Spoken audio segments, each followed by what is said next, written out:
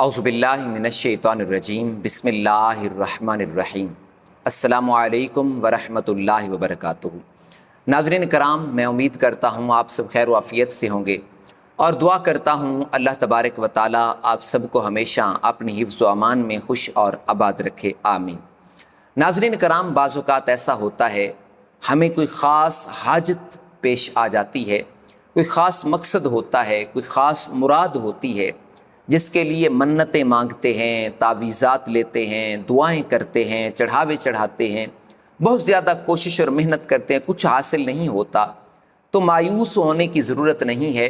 یہ بہت ہی آسان، پر اثر و اکثیر عمل ہے حاجت کے پانے کے لیے، مراد کو پانے کے لیے، مقصد کو حاصل کرنے کے لیے اور اللہ تبارک و تعالیٰ کی بارگاہ سے اپنی مرضی کی من چاہی مراد پانے کے لیے یہ بہت ہی آسان اور پر اثر عمل ہے آیت الکرسی کا، جو تمام آیات کی سردار ہے۔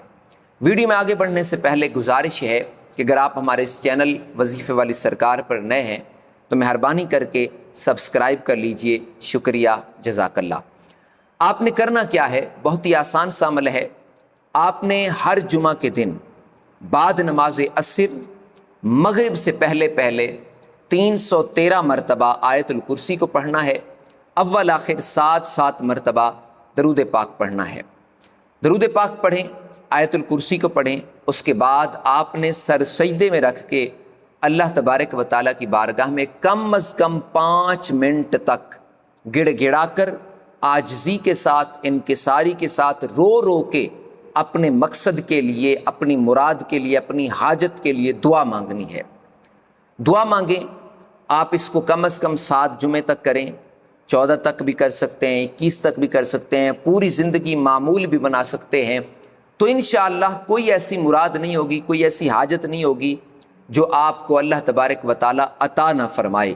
اس وظیفے کی برکت سے انشاءاللہ جو چاہیں گے اللہ تبارک و تعالیٰ آپ کو عطا فرمائے گا۔ لیکن نماز پنجگانہ کی پابندی اور جماعت کے ساتھ نماز ادا کرنا مردوں کے لیے ضروری ہے، اور خواتین کے لیے بھی جو اسلامی بہنیں کرنا چاہیں ان کے لیے بھی اپنے گھر میں ایک الگ جگہ پہ، مخصوص جگہ پہ نماز ادا کرنا ضروری ہے۔